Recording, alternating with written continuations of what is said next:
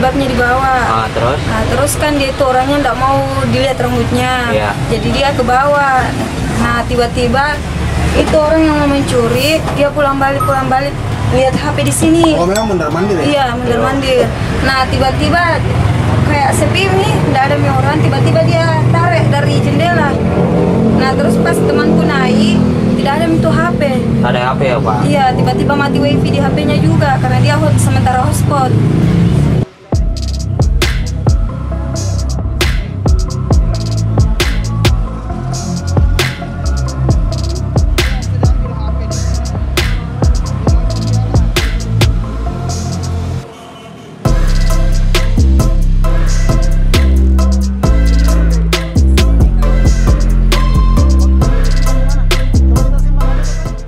Ya, untuk sama ini hasil dari penyelidikan sudah kita amankan CCTV-nya, kita ambil datanya dan kita sudah tahu ciri-cirinya daripada pelaku. Sementara unit Resmob Polsek Beringkaraya masih melakukan pengejaran terhadap pelaku.